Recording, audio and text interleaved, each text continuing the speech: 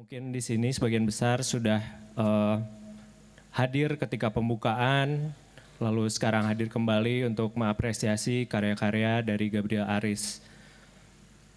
Saya Axel akan membuka acara diskusi pada sore hari ini, di mana sore hari ini kita akan ditemani oleh senimannya dan kuratornya untuk membicarakan lebih dalam lagi mengenai karya dan pameran di Poetical Urgency.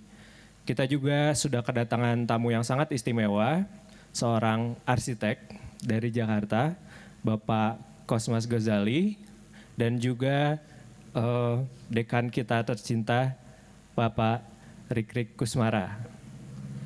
Mungkin saya persilahkan kepada Pak Rizky Ahmad Zailani dan Mas Jibril, begitu pula penanggap kami, arsitek Bapak Cosmas Ghazali dan Bapak Dekan Rikrik Kusmara. Saya persilakan waktu dan tempatnya. Selamat menyaksikan. Terima kasih. Tepuk tangan. Bismillahirrahmanirrahim. Assalamualaikum warahmatullahi wabarakatuh. Bapak dan Ibu sekalian, terima kasih Axel terima kasih Pak Breni sudah memperkenalkan seluruh peserta bincang-bincang kita sore hari ini. Saya sore ini didaulat menjadi moderator berkuasa penuh, jadi moderator juga jadi pembicara juga. Jadi saya akan mungkin mengatur alur pembicaraan karena pamerannya sudah berlangsung, juga mungkin penjelasan kuratorial juga sudah pernah disampaikan. Jadi sebenarnya fokus kita pada dua tamu kita sore hari ini ya, Pak Rikrik dan Pak Cosmas. Nah, sebelumnya kita akan dengar dulu komentar atau mungkin sambutan ya, beberapa penjelasan yang disampaikan oleh Jibril berkaitan dengan proses kreasi mungkin ya, proses penciptaan karya-karya yang akan dipamerkan sore hari ini. Terima kasih. Silakan Jibril. Ya. Terima kasih Pak Kiki. Selamat sore teman-teman semuanya. Assalamualaikum warahmatullahi wabarakatuh. Salam sejahtera buat kita semua. Terima kasih kepada Pak Rikrik sudah menyempatkan hadir. Pak Cosmas jauh-jauh dari Jakarta sudah menyempatkan hadir ke sini juga. Iya, menanggapi tadi pertanyaan Pak Kiki mengenai pengantar sedikit palingnya Pak Kiki ya. Mengenai pameran ini pameran tunggal ketiga yang saya lakukan sepanjang karir.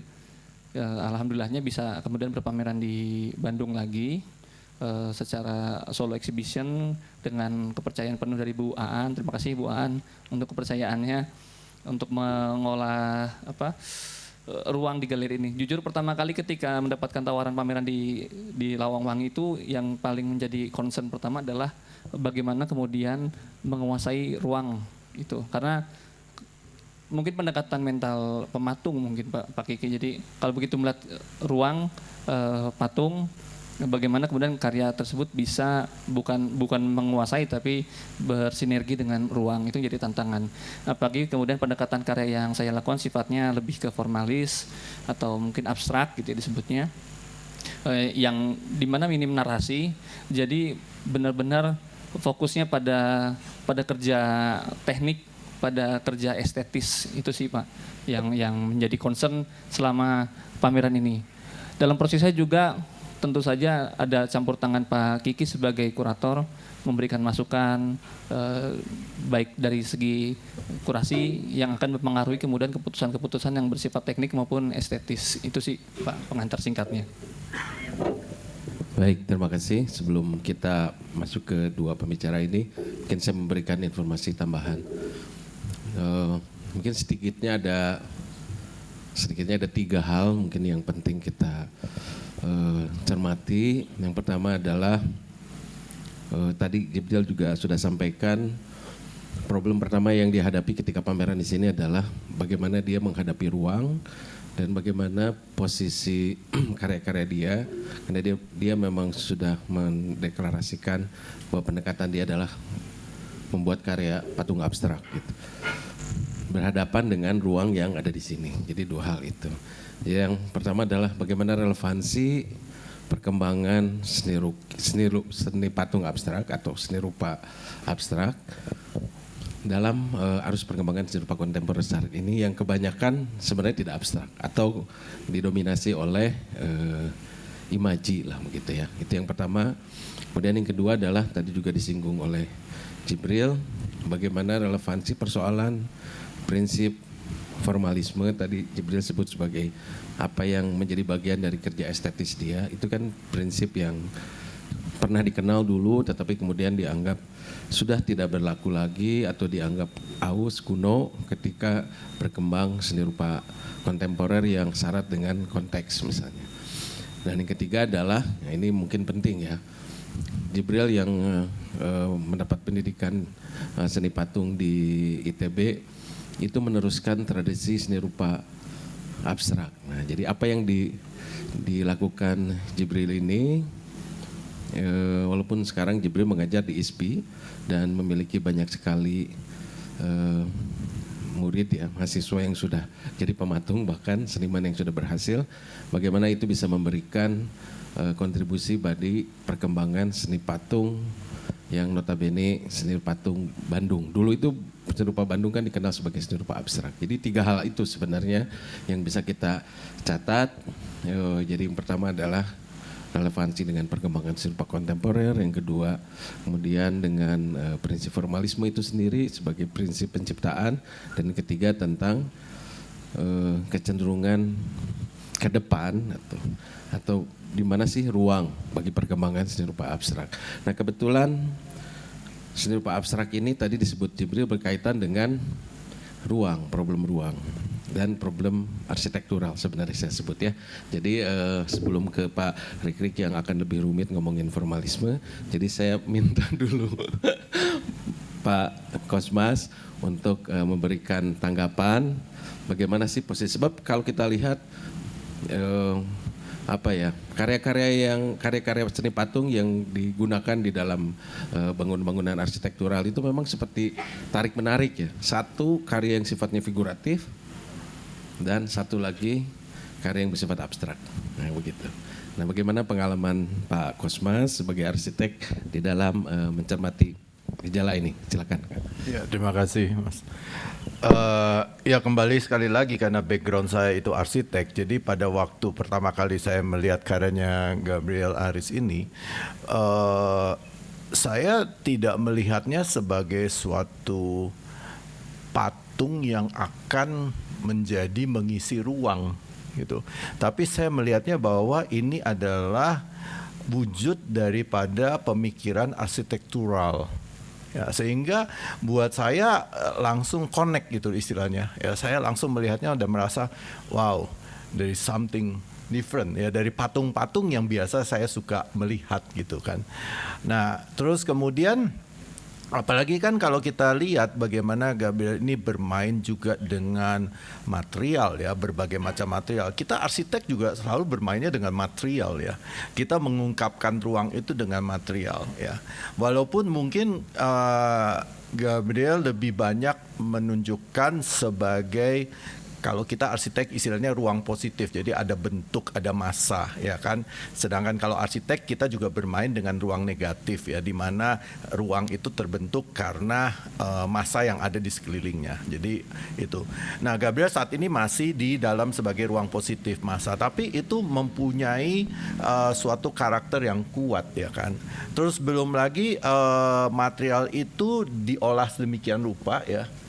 Kemudian untuk ada form geometrisnya ya, yang mana memang kita di arsitektur ya di situ. Jadi itu pertama kali istilahnya koneksi atau hubungan antara saya dengan karyanya Gabriel Aris di situ pertama kali langsung kayaknya ini ada sesuatu yang related dengan saya gitu loh, ya kan.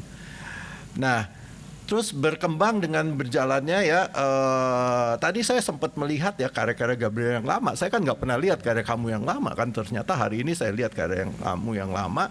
Di situ saya melihat ya memang waktu awal-awalnya mungkin dia lebih banyak sebagai pematung yang bekerja terhadap material ya gitu. gitu. Saya bukan ahli ahli seni rupa, tapi saya melihatnya begitu, sebagai pematung yang bekerja dengan material terus membuat suatu bentuk, ya kan. Nah, kemudian kamu bergeser ya, sehingga bentuk itu penting, tapi bukan sesuatu yang terpenting, ya.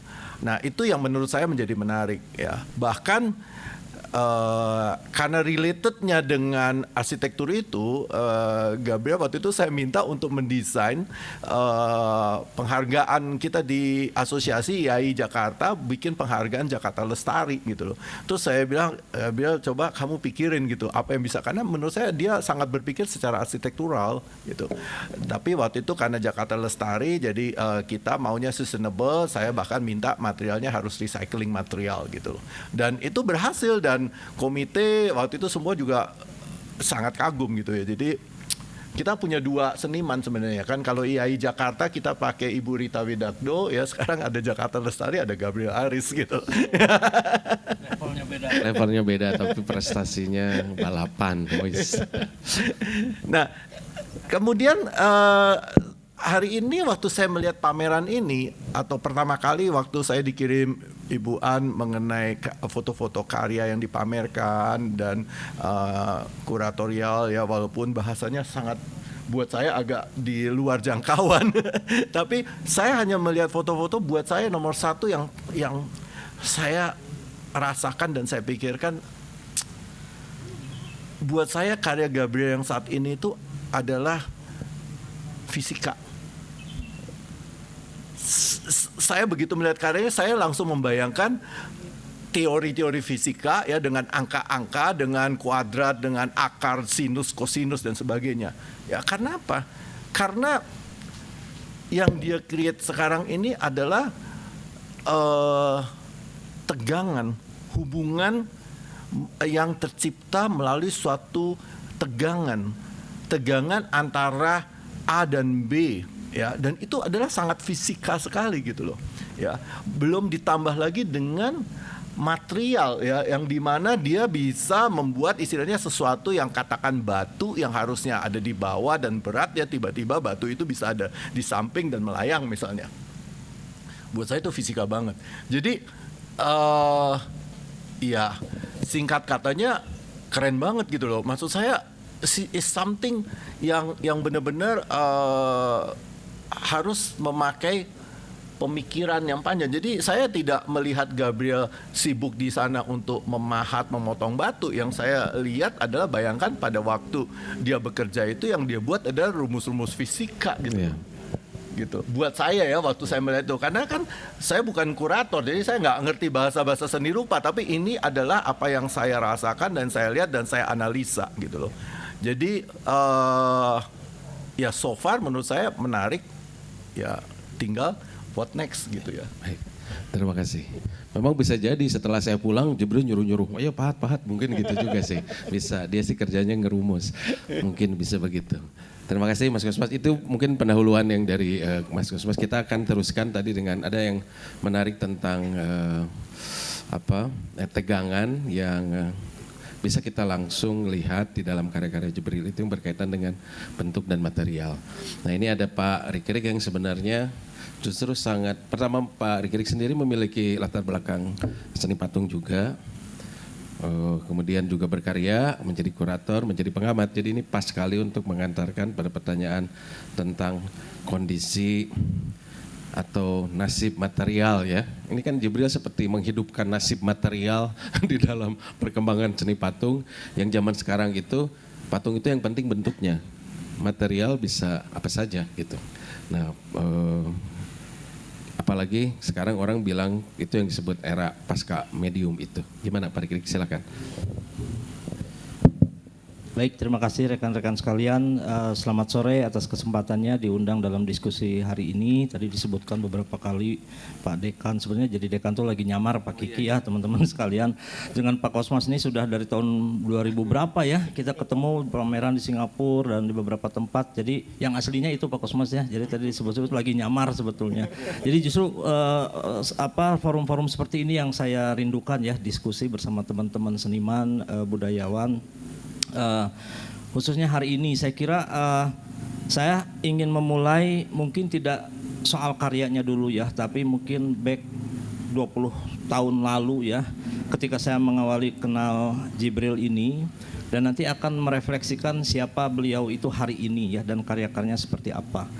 Jadi 20 sekian tahun lalu ya, waktu masih mahasiswa, saya sangat kaget karena ada mahasiswa yang mengusulkan untuk satu tugasnya itu batu, dan batunya tidak sedikit ya, banyak gitu. Jadi sejak awal sudah mempropos sesuatu yang kolosal dalam konteks mahasiswa gitu ya. Jadi sesuatu yang energinya besar. Kita tahu sejak kalau kita jadi mahasiswa itu pekerjaan dengan batu itu resikonya tinggi banget ya, karena manajemen waktunya, mengerjakannya terus sampai tugas akhir itu karyanya memang selesai dengan sangat outstanding menurut saya ya. Nah, setelah lulus itu juga saya melihat sebuah konsistensi yang sampai sekarang tidak pernah lepas ya. Jadi beberapa kali pameran ya Pak Kiki ya, kita mengundang Jibril. Di beberapa pameran kita memberikan dukungan pendanaan untuk yang sering kita tahu bahwa dukungan pendanaan kepada seniman di Indonesia itu selalu kurang gitu ya. Tapi dia hadir lagi dengan batu yang menurut saya aduh ini pasti tekor gitu ya. Tapi Jibril hadir lagi dengan karya-karya seri batunya ya. Kita pernah lihat Pak Kosmas juga tadi menyebutkan ya, ada seri buku ya, seri travelingnya tentang yang juga dengan batu dan sebagainya. Nah, yang saya ingin garis bawahi adalah bahwa dari sisi kesenimanan menurut saya ada beberapa tipe ya kalau dari sisi seni patung. Jadi satu, ada seniman yang bekerja dengan tingkat obsesi pada material gitu ya. Nah, kemudian ada yang terobsesi juga pada tema-tema tertentu ya, pada tema keadilan, pada tema tubuh.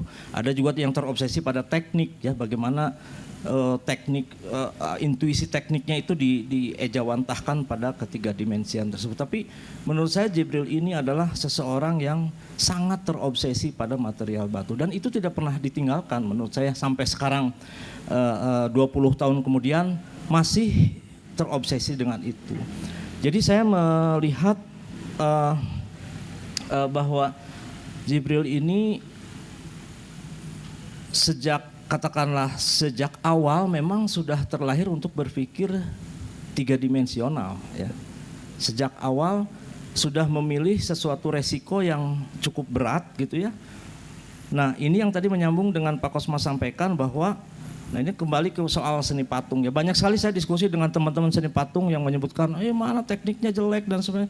Menurut saya seni patung ya, bahasa Inggris memang sculpture ya, sculpting, membentuk dan sebagainya. Tapi sebenarnya pada prinsipnya saya setuju dengan Pak Kosmas, adalah sebuah manifestasi atau perwujudan ya, world view dari seseorang, let's say seniman, secara fisikal ya, secara konkret.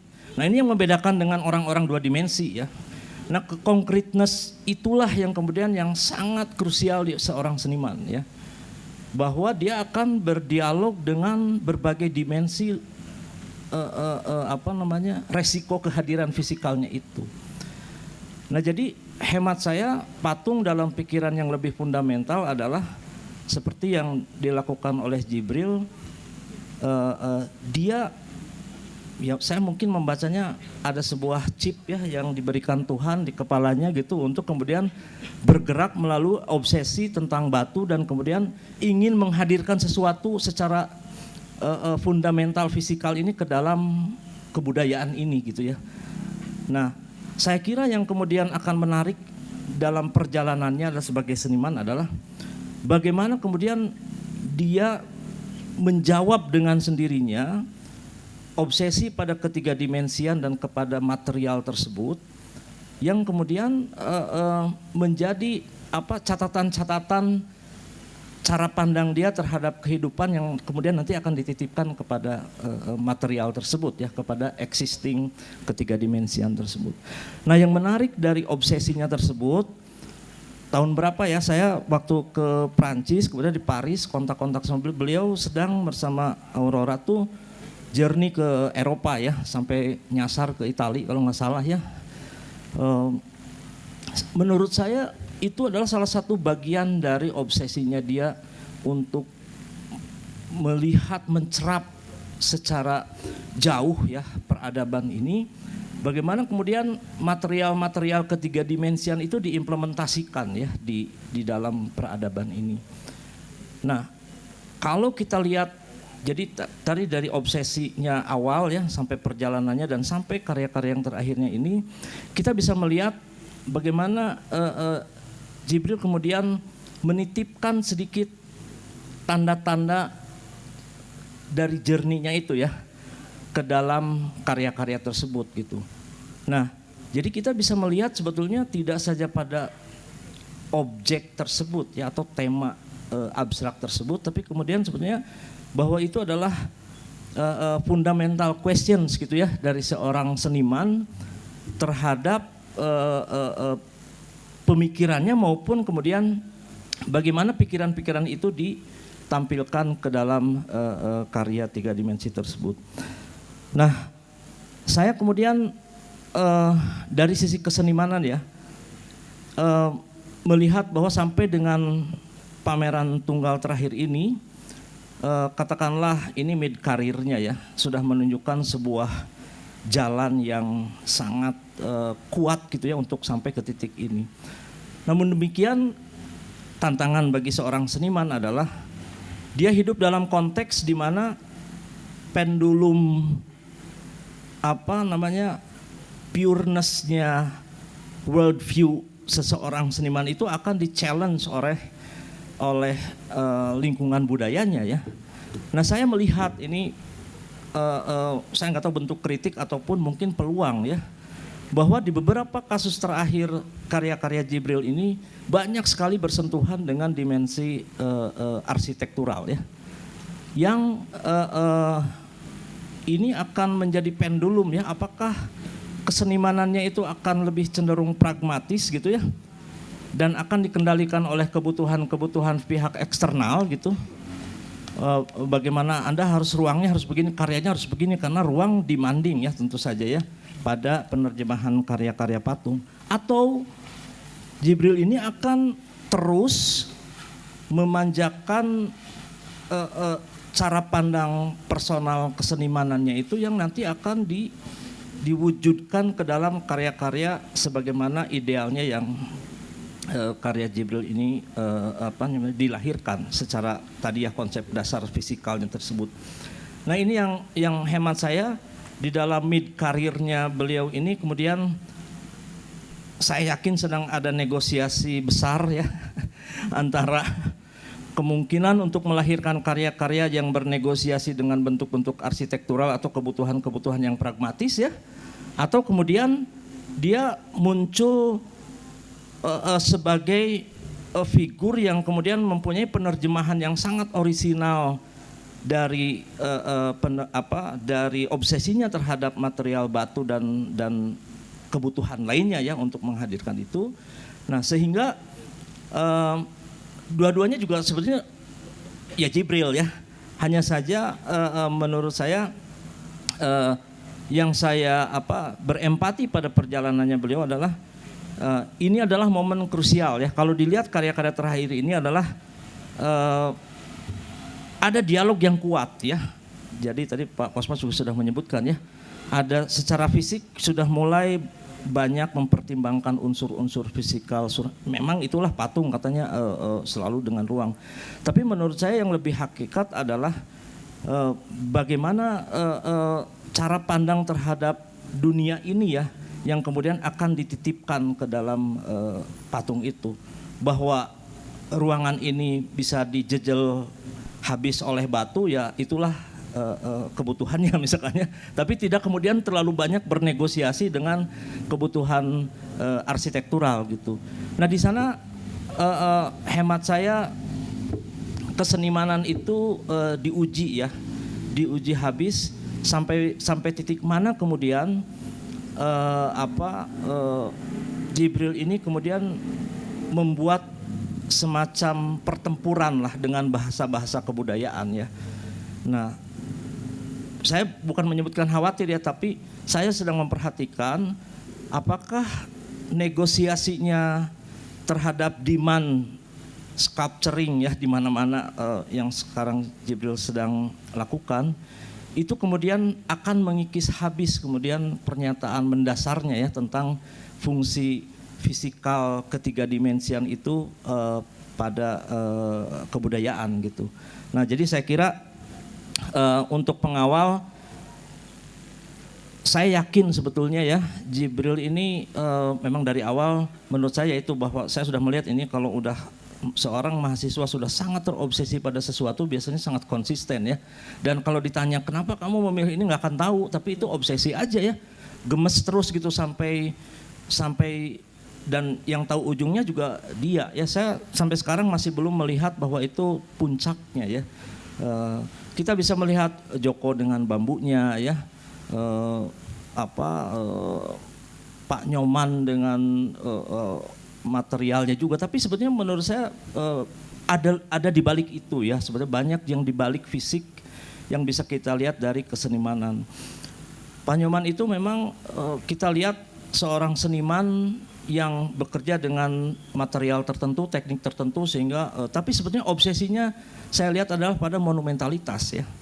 Jadi sejak mahasiswa dia selalu ingin membuat karya-karya monumental yang susah direm oleh siapapun, bahkan oleh presiden sekalipun ya. Itu susah direm gitu. Mau arsitek pada ngambek juga ya bentuk IKN seperti itu arsitek pada ngambek kan Pak Kosmas ya. Ya dia ngegas aja terus karena memang ekstasenya ada di situ ya. Ekstase melahirkan realitas fisikal yang kemudian menjadi monumental. Nah saya menganggap Jibril ini sekarang ada di mid karir yang saya menunggu sebuah ekstase besar pada apakah itu batu ataupun mungkin antitesisnya dari batu ya, yang kemudian bisa melahirkan karya-karya yang pasti lebih enigmatik ya. Ini pun saya kira sudah sangat jauh ya. Saya melihat Pak Kiki abstraksi yang sedang dikerjakan oleh Jibril ini sebetulnya lebih menjajal pada aspek-aspek detailing ya menurut saya ya. Dan menurut saya ya Jibril yang bisa menjawab itu sampai atau tidak ya. Tapi dia menjajal itu menurut saya ya di tema ini gitu, pada obsesinya pada material itu detailing ini sedang dia jawab gitu.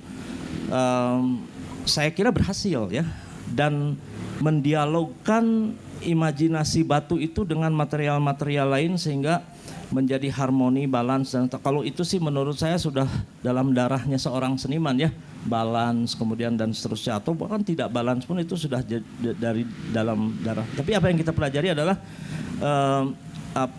Jibril sedang membawa kita pada satu realitas obsesi pada material hingga pada bahasa yang sulit sulit dilihat ya, terutama sense of detail itu ya. Dia sedang bahkan saya lihat ada batu yang kemudian mencoba di retouch lagi ya, di refinement lagi lebih jauh, dan itu kan subtil sekali ya sebagai seorang seniman mencoba. Jadi kalau ini memang sedang bekerja dengan formalisme menurut saya ya Jibril ya, dimana yang sebelumnya tidak bekerja dengan itu ya. Jadi formalisme yang saya lihat pada karya-karya Jibril hari ini adalah sedang menjajal pada dimensi-dimensi yang detail gitu ya, pada karya-karya tiga dimensinya dan obsesinya pada batu. Jadi sementara itu Pak Kiki dari saya untuk mengawali. Baik, terima kasih. Jadi ini sudah ada dasar kita untuk mendiskusikan. Sebenarnya ada langsung pertanyaan kan yang bisa diajukan ke Jibril.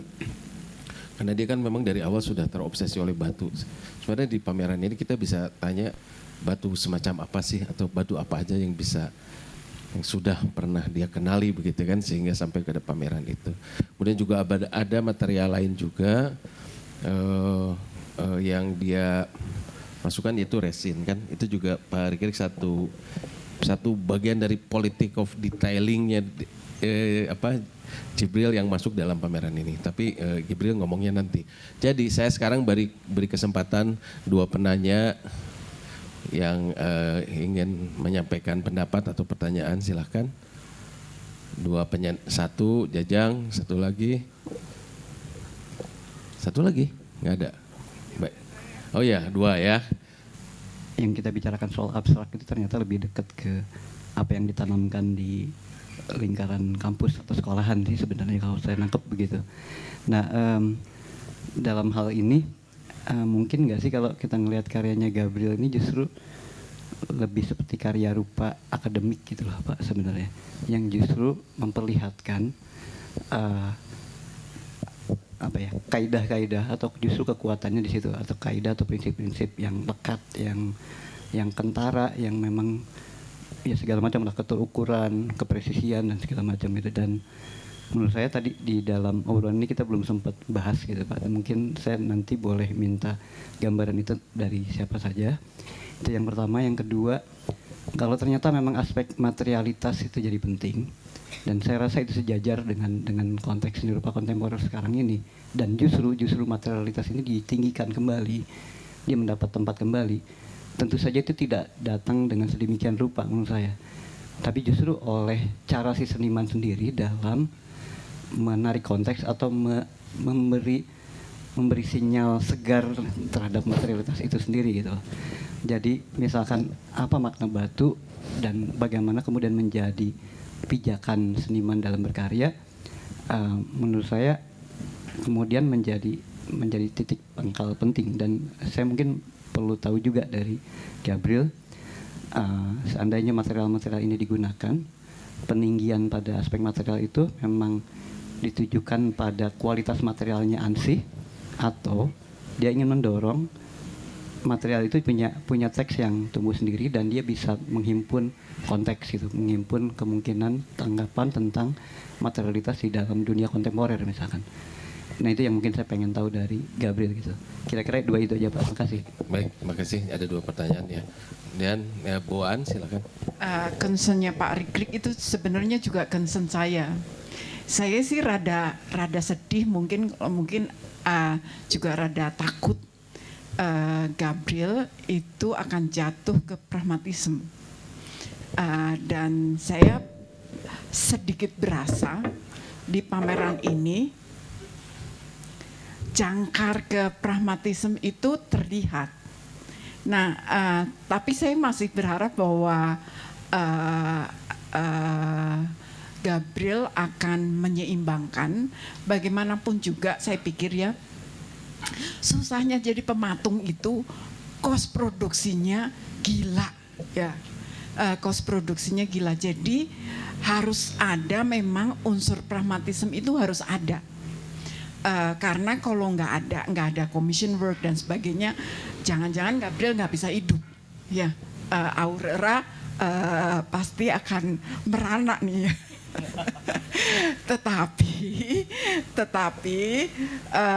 tetapi jangan sampai, aku merasa sih nggak tahu. Saya masih berharap jangan sampai jangkar ke pragmatisme itu menjadi berat, menjadi lebih berat. Ya, jadi sebagai seniman mungkin mudah-mudahan tidak terlalu berat ke pragmatisme. Itu aja sih. Sebenarnya judul acara hari ini kuratorial talk, bukan artis talk. Iya, lupa ya. Iya, Maksudnya kamu yang teman ya. Karena saya yang nanya. Ya tapi saya menjawab sedikit. Betul bahwa kerja patung itu bahwa ada tantangan di mana kemudian ada praktik pragmatisme gitu ya. Yang di mana saya pikir hampir semua pematung melakukan itu gitu. Tapi ketika saya tumbuh di generasi ini gitu ya. Dulu tuh seakan-akan kerja pragmatisme itu sesuatu yang terharamkan gitu. Kalau saya melihatnya gitu, pada angkatan di atas 90-an, 80-an atau 70-an. Tapi ketika saya hidup di generasi 2000-an, ketika kuliah, itu menjadi hal yang lazim gitu. Ketika seseorang seniman kemudian memiliki core lain di luar praktik dia sebagai seorang seniman yang memang pure bekerja estetis gitu. Ada kemudian seniman-seniman yang memilih menjadikan itu side profesinya. Ada juga yang memang dia bekerja sebagai satu garis lurus gitu Pak. Saya misal Gabriel melakukan sebuah commission work, apapun commission datang diterima gitu. Nah di generasi kita, generasi saya gitu, yang terjadi adalah kami membelah diri kebanyakan membelah diri, kemudian yang saya lakukan begitu, membelah diri. Saya kemudian memberikan batas mana yang praktik kerja ini koridor Jibril sebagai seorang seniman, Gabriel sebagai seorang seniman, di mana praktik kerja ini yang kemudian imbasnya ke commission dan identitas si Gabrielnya kemudian terkikis. Itu biasanya saya pisahkan. Biasanya bekerja di bawah layer misalnya studio, nama studio atau apa. Begitu untuk memang untuk menjaga kemudian kemurnian dari si praktik kerja kesenimanannya itu sih.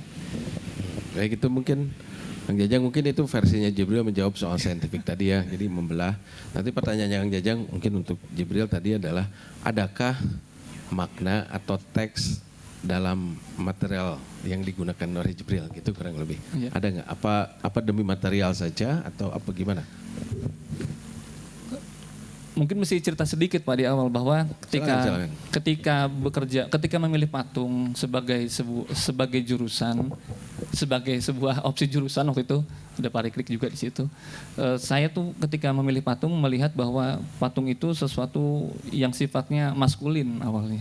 Jadi kerja maskulin, kerja fisik, dan kebetulan pada masa tersebut kan era kontemporer, tumbuh era kontemporer di mana kemudian praktik seorang seniman kemudian melepaskan diri dari ketergantungan kepada material, apa aja jadi karya gitu. Nah saya nggak melihat itu sebagai sesuatu yang cita-cita ketika saya masuk sebagai seorang pematung di studio patung. Kerja praktik maskulin patung itu hanya bisa diwakilkan oleh pahat, cor logam, pahat kayu, pahat batu. Ya itu yang kadang kemudian menjadi pilihan saya, karena buat saya patung yang hakiki ya seperti itu gitu. Itu sih Pak. Jadi kurang lebih pilihannya adalah dia tidak mengandung makna, tapi dia adalah makna gitu ya. Dia adalah makna karena dia perlawanan terhadap tidak pentingnya material di dalam ekspresi seni. Kurang lebih gitu ya jawabannya dari. Silakan Mas Kusmas, ada yang mau ditanggapi, terutama nih dari Bu Aan nih. Iya, saya melihatnya gini, kalau melihat kan sebenarnya Gabriel ini dalam berproses ya. Jadi kalau hari ini saya bilang karya kamu menarik, bukan berarti this is the end ya. Ini bukan puncaknya, tadi juga udah disampaikan. Justru saya sebenarnya juga sangat tergelitik untuk men-challenge kamu untuk berbuat lebih jauh lagi gitu loh. Ya, pertama-tama tadi kalau kita dari tadi bicara mengenai material, ya material kita bicara batu, kita bicara metal, kita bicara kaca, resin dan sebagainya, itu kan yang kita bicarakan selama ini adalah secara visual yang kita tahu dan kita lihat bahwa batu itu adalah demikian. Apakah kita pernah melakukan analisa yang lebih dalam lagi bahwa batu itu sebenarnya apa sih? Ya. Pernahkah kita meriset lebih apakah batu itu terdiri atas apa gitu, partikel-partikel apa yang jauh lebih kecil lagi daripada itu sehingga dia membentuk batu. Ya, jadi itulah menurut saya tugasnya para seniman ini untuk lebih mengeksploitasi gitu loh. Ya, jadi jangan hanya sebatas pengetahuan umum yang orang mengatakan batu begini, metal begini, kaca begini. Padahal itu semua adalah partikel-partikel yang jauh lebih kecil lagi yang membentuk melalui suatu proses, ya, proses alamiah dan sebagai maupun kimiawi. Nah, itu yang harusnya di-research oleh para seniman ini gitu loh. Sehingga dari sana akan timbul dimensi baru terhadap material. Ya. Nah, terus kemudian yang saya ingin lagi, kalau saya sebagai seorang kolektor, tiga dimensional ini bagus ya kan. Tapi kan apakah hanya sebagai tiga dimensional? Tiga dimensional itu kan buntut-buntutnya adalah sesuatu objek, ya, yang kita akan letakkan di suatu tempat dan istilahnya kita muliakan karena dia menjadi objek yang penting istilahnya, ya, di suatu ruang kita taruh terus kemudian kita kasih lampu sorot sehingga dia menjadi sesuatu yang penting, ya kan. Yang saya berpikir adalah challenge-nya sebagai seorang seniman, bagaimana kita bisa membawa ini ke dimensi keempat. Ya, jadi tadi bermain dengan material itu untuk lebih di-research lagi, dianalisa, diuraikan, ya. Kemudian apakah ada hal-hal di luar material yang bisa berinteraksi dengan tiga dimensi ini sehingga membuat dimensi keempat? Itu challenge-nya. Ya, karena saya kan sering banget nih kalau pergi ke pameran gitu kan, seniman, galeri segala selalu berusaha untuk ya Pak ini dikoleksi dan sebagainya. Satu ya, saya udah nggak punya tempat, nggak punya dinding. Tapi bukan itu saja, saya ingin sesuatu yang baru gitu loh. Saya selalu mengatakan, saya tidak mengatakan ini karya buruk, karya ini menarik dan bagus. Tapi do I need to collect that? Karena saya ingin sesuatu yang baru. Kalau saya ingin mengkoleksi, saya ingin sesuatu yang baru, yang beyond, yang merupakan karya boleh dianggap sebagai suatu karya seni, tapi sesuatu yang di luar daripada nalar istilahnya. Buat saya that is challenge. Sebagai seorang kolektor, saya pasti akan mencari karya-karya yang seperti itu gitu loh. Ya. Nah, itulah yang menurut saya mungkin challenge-nya buat seniman Gabriel untuk berpikir selanjutnya demikian. Baik, terima kasih. Mohon izin nih Mas Kosmas. Mas Kosmas ini memang kompleks. Satu sisi dia arsitek, sisi lain dia adalah kolektor. Sebagai arsitek, dia punya kuasa atas ruang negatif itu. Nah, tapi di sisi lain sebagai kolektor dia harus berhadapan dengan karya tiga dimensional yang mengisi ruang negatif itu. Jadi memang susah kalau milih patung kalau dia arsitek. Jadi bukan gampang sebenarnya, susah karena dia berebut ruang negatifnya seperti mau diisi oleh ruang positifnya Jibril gitu kan. Kalau lukisan sih tinggal ditempel di dinding. Baik Pak Rikrik, silakan mungkin ada. Ya tadi mungkin merespon meneruskan yang Bu Andono, juga merespon pada yang siapa tadi Jajang.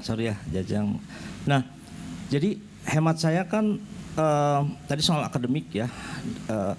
Nah, kalau kita bicara soal seniman itu hemat saya kedudukan yang kalau kita lihat di sisi lain seperti saintis seperti Bu Andono ya. Ini kan sebenarnya fungsinya itu adalah menerjemahkan fenomena kehidupan ini ya. Kalau Bu An mungkin bagaimana menghitung repetisi ya, kemungkinan dan sebagainya. Tapi seniman juga menyuarakan itu, tapi cara menyuarakannya adalah atau cara mendefinisikannya itu memang beyond words gitu ya, beyond text, beyond sehingga diperlukanlah medium-medium lain untuk kemudian menitipkan pesan dari cara pandangnya dia terhadap realitas yang dihadapinya gitu. Kalau sains jadi struktur pengetahuan ya yang logis dan terukur dan seterusnya gitu. Nah di sisi lain seni itu adalah menyuarakan yang beyond words tadi ya, yang ada di pikiran tapi sudah tidak bisa dikatakan lagi dengan kata-kata biasa. Kemudian dengan struktur yang mungkin jelas juga tidak bisa, tapi titik ekstrim bahasa kemanusiaan itu menurut saya ada di seorang seniman ya. Nah tadi dikaitkan dengan apa yang disampaikan oleh Jajang. Nah pada saat seniman itu menginginkan realitas idealnya itu ingin disampaikan, dia berhadapan dengan realitas-realitas seperti misalkan akademik ya. Kemudian kebudayaan, kemudian kuasa, kemudian modal dan seterusnya, yang biasanya itu kemudian akan mengikis idealisme itu ya, mengikis, bahkan sampai ada yang tidak mau jadi seniman lagi gitu ya. Tapi sebenarnya saya setuju dengan apa yang dikatakan oleh Joseph Beuys ya, bahwa setiap orang itu seniman. Sebetulnya ada insting yang paling mendasar ketika ingin menerjemahkan realitas ini ya. Nah, jadi akademik itu adalah menurut saya struktur untuk mengetahui tapi juga bisa menjadi hambatan ya. Ini sama juga dengan demand kultural lain yang kemudian mengarahkan seniman pada titik tertentu sehingga dia mengikis apa yang menjadi idealismenya ya untuk menerjemahkan realitas tersebut. Nah, oleh sebab itu hemat saya adalah kita sebetulnya merindukan voice seniman itu dari waktu ke waktu sebenarnya untuk melihat apa yang beyond our understanding yang kemudian dikeluarkan oleh seorang seniman kan gitu ya. Di berbagai capaian karya seni ya, mau di tari, mau di musik dan semua. Yang beyond itu kemudian kita rindukan karena kalau keseharian kita sudah tahu situasi alam ini seperti, tapi seniman itu bisa melihat dan menangkap dan kemudian dikatakan melalui media karyanya tersebut sesuatu yang tidak bisa kita prediksi. Mirip juga dengan sains mungkin Bu Andono ya. Jadi ada struktur yang tidak bisa kita lihat tapi kemudian didefinisikan melalui sains. Nah, pada titik itu sebetulnya banyak sekali saya lihat seniman-seniman diuji ya. Diuji mulai dari titik yang pragmatis sampai yang titik yang filosofis ya. Ya menurut saya karyanya Djibril yang sekarang sangat jauh dari akademik ya. Tapi mungkin Djibril sendiri bisa mengukur sejauh mana di ideal pikirannya itu kemudian berhasil dimanifestasikan ke dalam karya patungnya ya. Menurut saya di titik-titik tertentu yang banyak sangat berhasil itu dimunculkan ya. Hanya saja mungkin yang saya lebih penasaran tuh ada yang missing gitu ya, something yang missing yang dari dulu ada roots yang saya temukan ketika ada sesuatu pikiran radikal yang kemudian dititipkan pada pekerjaan batu yang begitu sulit itu ya. Membuat koper dari batu nggak kepikiran ya harus bagaimana itu, kemudian buku sedemikian banyak cukup kolosal dibuat, itu menurut saya radikal ya, sangat radikal dari seorang seniman dan uplifting our understanding ya pada kenyataan ini gitu. Jadi nah negosiasi pada beauty itu harus hati-hati ya karena itu kadang-kadang acceptednya luas gitu, tapi sebenarnya itu nyaris jadi toksik menurut saya. Jadi roots itu mudah-mudahan bisa, bukan harus ya, tapi bisa terus diberikan tawarannya kepada kita dan jujur saja sebagai pengamat ya merindukan ya pikiran-pikiran radikal dari seorang seniman. Begitu Pak Kiki. Baik. Terima kasih. Sedikitnya saya mengumpulkan beberapa istilah yang memprovokasi ya, seperti yang pertama adalah pragmatisme yang dari Bu Aan, sepertinya itu berkontradiksi dengan prinsip formalisme gitu ya. Secara prinsip kan memang kontradiktif. Pragmatisme dan formalisme itu sebagai prinsip kontradiktif. Kemudian juga ada idealisme yang ditambahkan Pak Rikrik. Ya, yang sebenarnya itu berkaitan dengan bentuk abstrak. Sebenarnya kita belum bicara bentuk dari tadi ya. Nah, tapi Pak Rikrik ini tadi sudah menyebut tentang detail. Nah, jadi Djibril itu terobses oleh detail, gitu kan.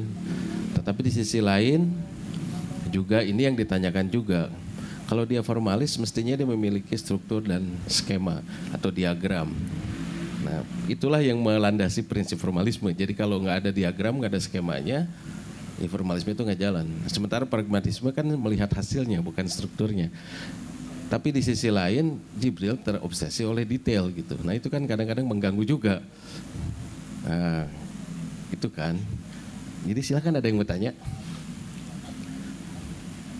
Ya, satu lagi, dua. Ya silakan. Teh siapa lupa? Cikra. Ini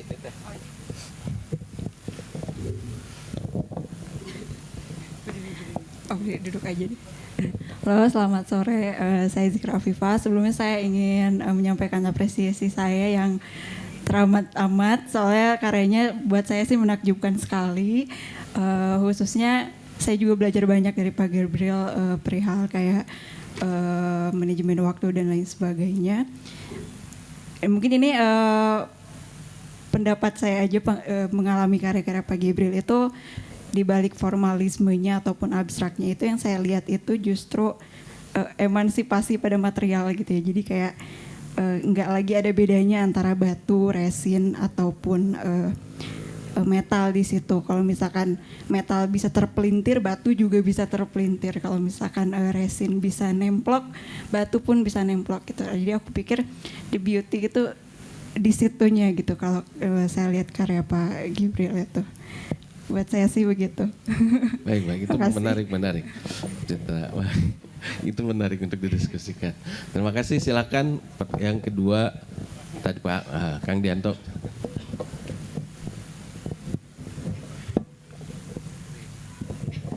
Ya, selamat sore.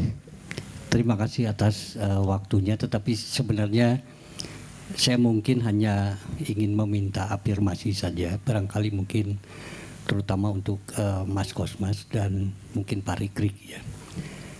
Yang pertama tentu berkaitan dengan, saya kira irisannya nanti dengan pertanyaan Jajang juga, soal akademik yang kaitannya tentu dengan soal ide ruang ya. Saya pikir ide mengenai ruang ini biasanya memang selalu mendahului tindakan seniman di dalam misalnya menemukan manifestasi estetiknya. Dan saya pikir ide ruang ini merupakan sebuah perjalanan yang sebenarnya sangat dahsyat di dalam konteks akademik. Terutama kalau kita membicarakan posisi antara patung dengan arsitektur. Dan kita menemukan begitu banyak perdebatan misalnya mengenai ide ruang terkait dengan ya katakanlah para pemikir di dalam generasi ketiga yang muncul di masa-masa tahun Perang Dunia Pertama ya. Dalam hal ini saya kira ITB misalnya tempat di mana Gabriel menimba keilmuan, menimba wawasan tentu berkaitan juga dengan perselisihan yang sebenarnya juga muncul dari pemikiran misalnya Mondrian dengan Theo van der Burg misalnya. Saya kira mau tidak mau sebenarnya juga ITB itu beririsan dengan berbagai pengetahuan yang saya kira menjadi semacam kitab suci juga di dalam konteks formalisme misalnya. Nah sejauh ini saya kira ini yang barangkali tadi termasuk buaan menanyakan juga bahwa jangan-jangan nanti di depan sebenarnya juga Gabriel akan bertemu semacam simpangan di mana dia harus menentukan juga koalisi tertentu ya, misalnya dalam kaitan dengan pernyataan Pak Rikrik bahwa apakah dia akan terserap pada konteks penyerapan wilayah arsitektur yang demikian besar sehingga dia kemudian meninggalkan misalnya aspek dirinya sebagai pematung misalnya. Tapi saya kira kalau kita melihat ulang pada konteks misalnya perdebatan Mondrian, ketidaksetujuan Mondrian dengan Van der Burg, saya kira ini akan memunculkan misalnya nanti bagaimana batu itu dilihat oleh Gabriel ya. Mau tidak mau saya kira pembicaraan kita yang barangkali mungkin luput tadi untuk kita bicarakan adalah ide ruang itu tidak dibicarakan misalnya, tidak dijemput juga di dalam pembicaraan kita sore ini. Padahal ini yang saya kira mungkin akan menjadikan sesuatu yang mungkin sangat berharga bagi Gabriel karena nanti akan ketemu misalnya hal-hal yang saya mungkin menyebutnya koalisi antara pertimbangan tentang masa dengan ruang dan sebagainya misalnya. Mungkin itu Pak. Saya selalu melihatnya bahwa kita selayaknya tidak membatasi atau mengkotakkan individual dalam kotak-kotak tertentu. Karena menurut saya dunia itu berubah dan manusia juga berubah. Jadi kalau sekarang Gabriel 20 tahun terakhir pematung, apakah 20 tahun ke depan dia akan menjadi selalu pematung? Buat saya itu menjadi sangat dangkal kalau kita membatasi diri di situ gitu loh.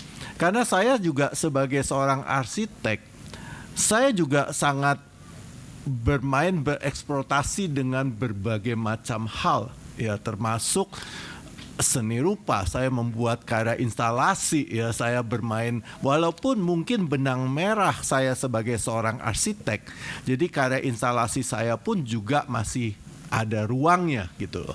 Tapi yang menurut saya adalah bahwa kita harus bisa membebaskan diri kita dari segala macam bentuk belenggu yang menyatakan siapa diri kita gitu loh. Ya, karena yang saat ini ke depan ini adalah how to survive as a unique as possible as you are. Nah, untuk itu kita harus mengeksplor diri kita semaksimal mungkin di luar batas-batas baik akademik apapun yang lain-lainnya. Justru menurut saya akademik penting, tapi itu jangan dijadikan suatu batasan, tapi itu harus menjadikan dasar untuk kita bisa menjadi jauh lebih lagi daripada hal tersebut gitu loh. Makanya tadi saya bilang, kalau suatu saat Gabriel saya tuntut misalnya sebagai seorang ilmuwan yang harus melakukan analisa terhadap material, ya, atau harus menggunakan suatu teknologi sehingga menciptakan dimensi keempat misalnya, ya, sehingga di sana kamu belajar sains, bukan soal bagaimana mematung, apakah batu itu harus selalu dipahat, ya, ataukah, jadi possibility itu yang harus kita buka selebar-lebarnya. Kita contoh misalnya teori arsitektur aja, ya kan, dari zaman dulu ya kita tahu itu yang namanya estetikanya menarik adalah selalu kan kaki, badan, kepala dan sebagainya, ya kan. Terus yang berat selalu ada di bawah, yang ringan ada di atas, itu teori arsitektur dasar. Kita harus tahu itu semua. Karena kalau kita tidak tahu teori dasar, kita tidak bisa berkembang lebih jauh. Ya, karena banyak orang pikir saya nggak perlu belajar ini gitu loh. Ya, saya udah tahu yang depan nggak bisa. Kita perlu itu. Tapi misalnya dengan terbuktinya ya 20 tahun terakhir dekonstruktif itu keluar ya dengan Frank Gehry, Zaha Hadid dan sebagainya. Tiba-tiba orang bertanya, is this possible? Ya, Zaha Hadid berkarya 20 tahun pertama, ya, menang segala macam perlombaan internasional, tapi tidak ada satu pun karyanya yang diwujudkan. Kenapa? Karena teknologi konstruksi pada saat itu tidak bisa mewujudkannya.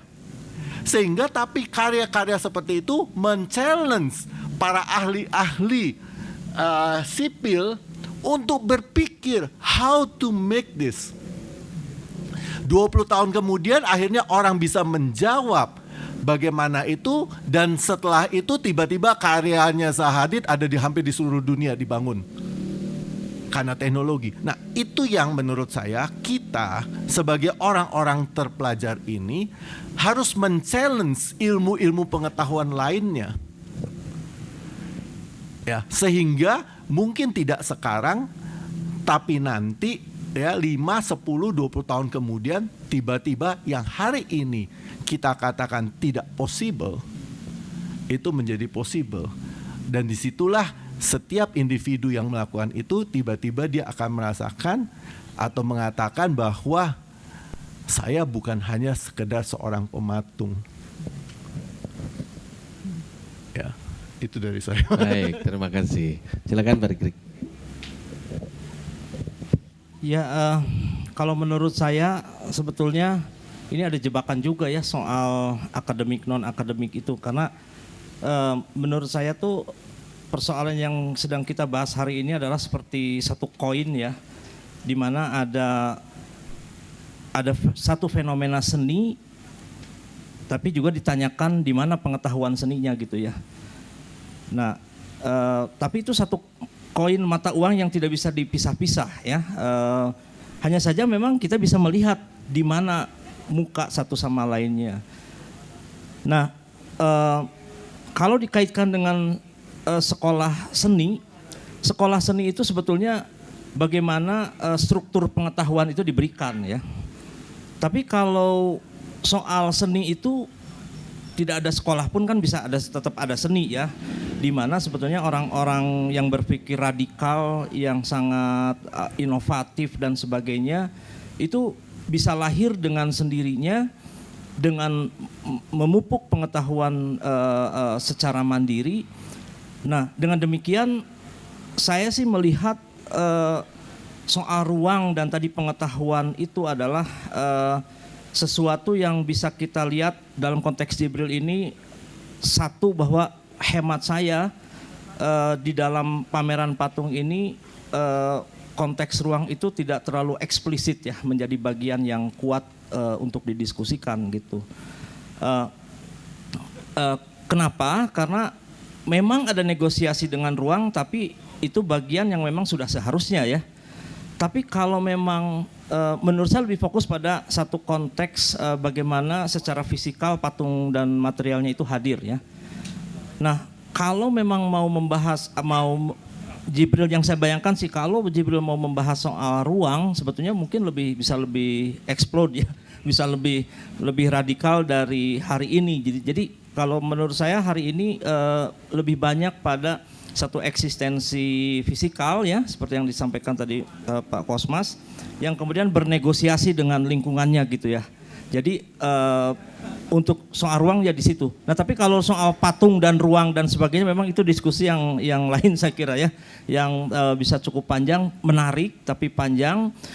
Nah, salah satu contoh misalkan yang saya kira ada satu seniman yang saya selalu sampaikan kepada para seniman ya, para seniman muda yang belajar di kampus untuk menengok seorang Anselm Kiefer ya, seniman yang kemudian sampai seperti Bu Andono nih, bukit juga dibeli ya, untuk kemudian memanjakan sebuah dimensi artistiknya ya, dia ambil bongkahan dan seterusnya ya. Tapi di balik itu ada sebuah realitas baru yang kemudian kita tersadarkan ya. Nah, yang saya bayangkan adalah disitulah titik puncak seorang fungsi seniman ketika realitas itu kemudian bisa dihadirkan ya, tanpa kemudian referensi sebelumnya, tapi kemudian kita bisa mengalami sebuah pengalaman ruang yang sangat unik ya, yang tidak terbayangkan oleh kita sebelumnya. Nah, kasus Anselm Kiefer itu memang sudah mempenetrasi ruang secara apa namanya radikal sekali ya, karena memang satu luasan tanah itu dibeli di daerah pinggiran Perancis kalau tidak salah ya, dan kemudian karya-karyanya dibuat di satu dataran tinggi tersebut. Nah, di situ kita bisa mengalami berbagai dimensi artistik, dimensi kerja seorang seniman tanpa ada gangguan apapun. Jadi sang seniman itu mengumpulkan uang untuk karya-karyanya, dari karya-karyanya kemudian untuk membeli sebuah ruang untuk karyanya bisa berkembang lebih jauh gitu. Nah, tapi subjek ruang ini memang sesuatu yang berbeda ya, saya kira di hari ini sih kalau menurut saya tidak terlalu melihat terlalu eksplisit soal ruang ya, soal negosiasi ruang antara Jibril, dan memang ada tapi tidak terlalu sebagai sesuatu yang harus dialami. Saya kira lebih fokus pada materialnya. Begitu Pak Kiki, terima kasih. Ya, menyambung tadi, kecuali kalau kita mau melihat seperti Mas Kosmas tadi bilang ya, problemnya adalah problem ruang arsitektural itu ya. Jadi masuk lagi ke situ, kecuali di situ. Enggak, gini mungkin kita memandangnya maksudnya diskusi ini agak sedikit dari dimensi atau sisi yang berbeda. Jadi kita bisa membicarakan ruang besar ya, di mana itu adalah arsitektural, kemudian di sini adalah objeknya. Tapi saya melihat karyanya Gabriel ini agak berbeda. Jadi pada waktu saya memperhatikan patung-patung atau objek-objek yang dia buat itu, di sana saya bisa merasakan sebenarnya ruang yang dia ciptakan.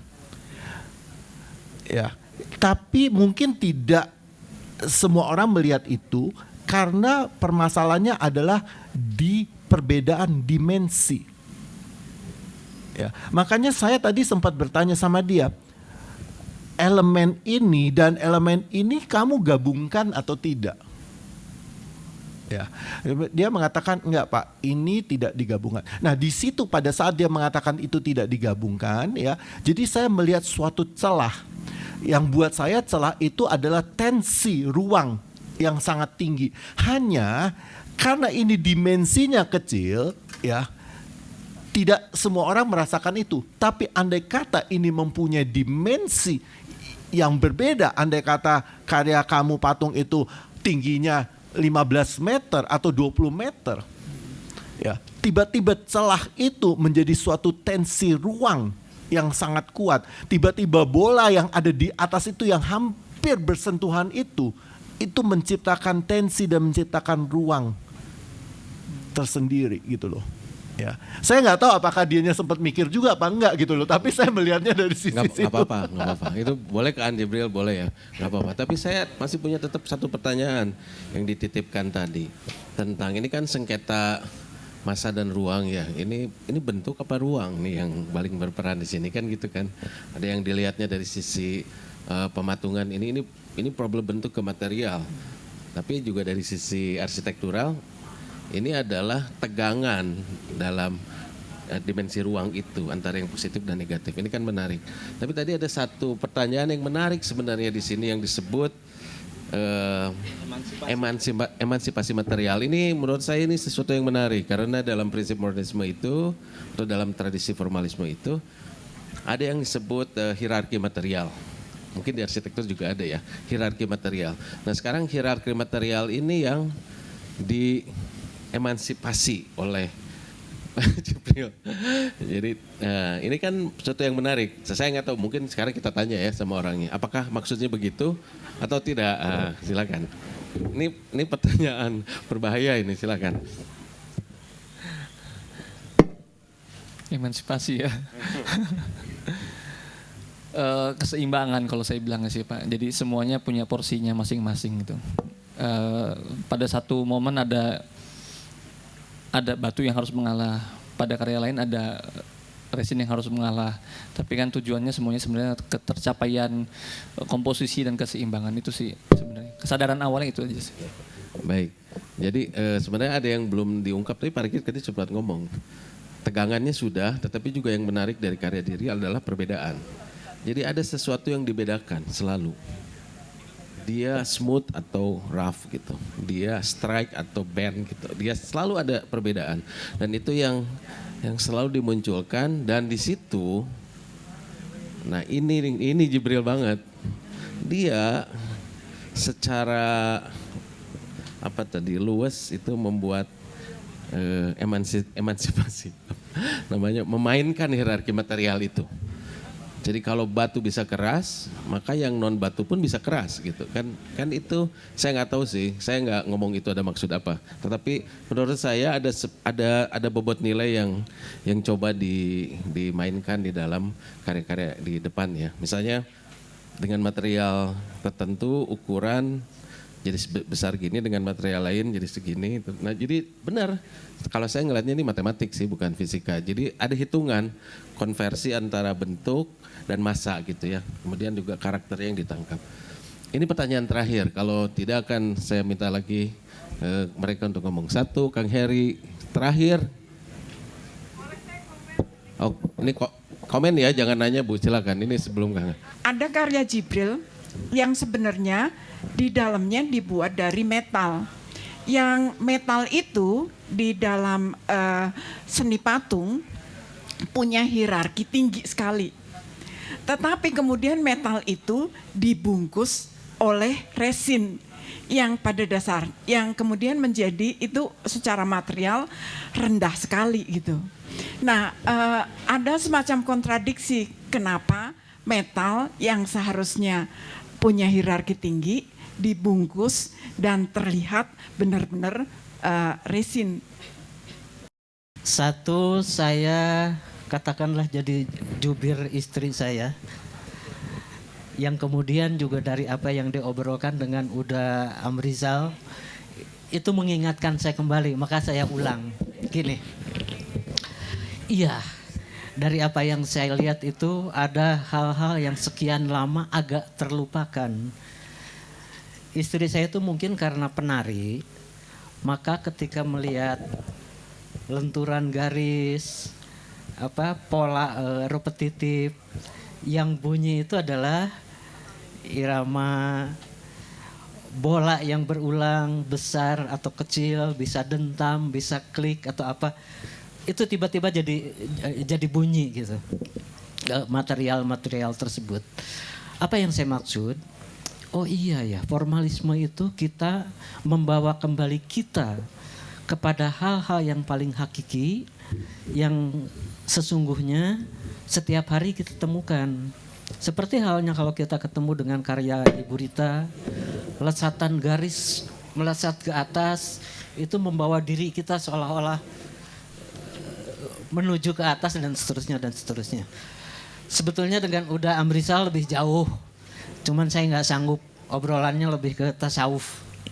Cukup sampai situ aja. Berikutnya yang kedua dari saya sendiri.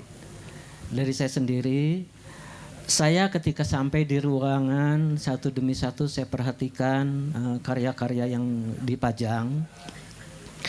Terima kasih juga sama Dik atau ini yang menyebut emansipasi. Dari tadi saya simpai, tapi istilahnya bukan itu yang saya pakai. Begini, passwordnya sudah ditulis oleh Gabriel di teks dinding. Dengan mempertemukan berbagai hal, saya menemukan estetika yang tidak biasa, yang tidak familiar. Gitu. Ini buat saya menarik, ini kata kunci. Kenapa? Ini nyambung Pak Kosmas lagi tadi. Bagaimana sih caranya kita masuk ke dimensi keempat? Artinya ya selain kita kerja, ketelatenan, ketekunan dengan batu, ternyata dari Parkirik juga tadi saya kira sekitar itu. Kenapa dia bicara tentang Ansem O'Keefe dan segala macam. Setelah kerja ya kita juga butuh ternyata bacaan, pengetahuan dan lain-lain. Sehingga kata kunci yang tertempel di dinding itu bisa menjadi menarik. Bisa jadi sesuatu. Baik, saya urai sedikit. Di sisi saya nonton pameran ini belum lama saya lihat pamerannya Nandang Gawe. Ada semacam kesamaan, mempertemukan barang-barang bahkan material yang berbeda, tapi kemudian bersatu dan bertemu. Bahasanya adik saya tadi emansipatoris. Di otak saya, kenapa ini penting saya katakan, ada diskusi tentang simulakra. Simulakra itu bagi filsuf, bagi ilmu sosial, bagi sosiolog itu bencana. Kalau sosiolog membacanya simulakra itu mencelakakan orang karena orang itu tiba-tiba bertemu dengan berbagai-bagai yang tidak dikenali riwayatnya sama sekali, tapi tiba-tiba hadir di depannya dan kita harus menerimanya. Tidak ada lagi ruang untuk menolak. Maka sosiologi menyebutnya itu bencana. Perumus filsafat simulakrum dan simulakra juga begitu. Dengan parodi-parodinya itu. Ini bencana kemanusiaan. Nah, tadi saya menyebut Tandang dan kemudian di sini Gabriel. Saya membaca lain ini seniman. Hal-hal yang bertentangan, yang sesungguhnya secara alamiah itu tidak ada konteks alamiahnya. Resin dengan batu misalkan. Tapi bertemu gitu, bersatu. Juga Pandanandang. Saya ingin mengajak kiranya ini ada pintu masuk ke dimensi keempat seperti dikatakan tadi Pak Kosmas yang kiranya bisa dimasuki oleh Gabriel. Andai melihat lebih luas lagi apa yang bisa kita lihat. Terima kasih Nun Kang Kiki. Bukan pemikiran, lebih ke pertanyaan. Sepertinya kita belum membicarakan tentang material culture gitu ya. Sebagai bayangan lah untuk menuju si material culture ini. Beberapa waktu lalu saya di sini melihat karya seorang seniman yang berasal dari Turki. Dia bawa batu ke berbagai negara. Batu itu dia ambil dari Bethlehem kalau nggak salah. Jadi dibawa tuh ke berbagai negara. Terus kemudian dia bilang intinya itu dia ingin tahu bagaimana orang bereaksi terhadap batu ini. Batu itu kemudian memiliki sangat erat kaitannya dengan culture yang ada pada asalnya gitu. Jadi kurang lebih begitu material culture itu. Jadi kalau kita melihat karya Jibril di sini dan diskusi yang tadi berlangsung cukup banyak berkait dengan ITB gitulah kurang lebih. Saya punya kecurigaan, saya tentu saja mengenal karya Jibril dari dulu juga. Bagaimana misalkan Jibril membuat batu menjadi koper gitu ya, seperti kata Pak Rikrik tadi. Nah, apakah ini semacam kecurigaan saya, apakah sebetulnya Jibril itu tadi Zikra juga bilang dia ingin dalam tanda kutip membunuh si material culture-nya gitu. Dalam artian hubungan material itu dengan culture-nya. Nah, itu saya pikir terjadi pada metode formalisme yang berkembang di ITB. Ini hanya kecurigaan saja. Terima kasih, itu aja Pak. Sangat fenomenal berkaitan dengan batu itu. Jadi ada karya yang dikerjakan oleh STD ya, almarhum, memang judulnya Kukutu Kau Jadi Watu gitu kan. Karyanya adalah TV-TV yang dibuat jadi batu. Nah itu, saya pikir itu berkaitan dengan itu. Bagaimana kemudian kemajuan itu waktu itu tadi bilang, itu seperti dimalingkundankan lah menjadi batu. Tapi Jibril justru sekarang mengolah batu ini sebagai, ini sebenarnya masih sengketa ini. Ini tanda atau ini tanda atau apa gitu ya. Kan itu ya selalu ditanya. Jadi sebenarnya yang menarik yang dilakukan Jibril adalah pertama bahwa keseimbangan itu adalah prinsip yang ingin dia capai. Itu di luar diskusi kita sebenarnya. Tapi dia selalu akan lari ke situ bahwa dan keseimbangan itu muncul sebenarnya karena ada perbedaan. Ya kalau nggak ada perbedaan ngapain harus ngomong keseimbangan? Minimal ada dua atau tiga hal yang harus diseimbangkan. Jadi kerja dia itulah yang menjadi penting dalam hal ini ketika dia menyatukan persoalan space dan form gitu ya, ruang dan bentuk. Bagaimana dia ngomong tentang material yang organik dan sintetik misalnya. Kemudian bagaimana dia ngomong tentang karakter bentuk dan lain sebagainya. Nah, jadi itu yang selalu dia perbincangkan dalam diskusi sebenarnya. Dan tentu saja poin yang menarik itu tadi sebenarnya ada hal yang Jibril munculkan dari batu itu sendiri sebenarnya. Pak Rikrik tadi sudah ngasih tantangan sebenarnya. Ini kan sepertinya mau meninggalkan batu sih sebenarnya Pak Rikrik. Kalau dia banyakkan resinnya, kan gitu kan. Banyakkan resinnya kayaknya bentuknya lebih mudah, tinggal dicetak gitu kan. Kalau batu kan dulu masih ingat kan diangkut-angkut, dipahat-pahat. Iya, sekarang udah lebih urban gitu kan, jadi udah bukan maskulin lagi. Jadi kan bisa jadi jebakan menjadi resin ini. Tapi ini yang menariknya dari Jibril, kembali lagi ya, dia sebenarnya memainkan itu. Mungkin hierarki tadi, hierarki itu menarik. Dia memainkan itu, dia men-challenge orang sampai Bu An aja kaget. Kenapa yang berharga kok ditutup sama yang tidak berharga gitu kan? Kenapa yang secara itu kan ini yang jadi tantangannya.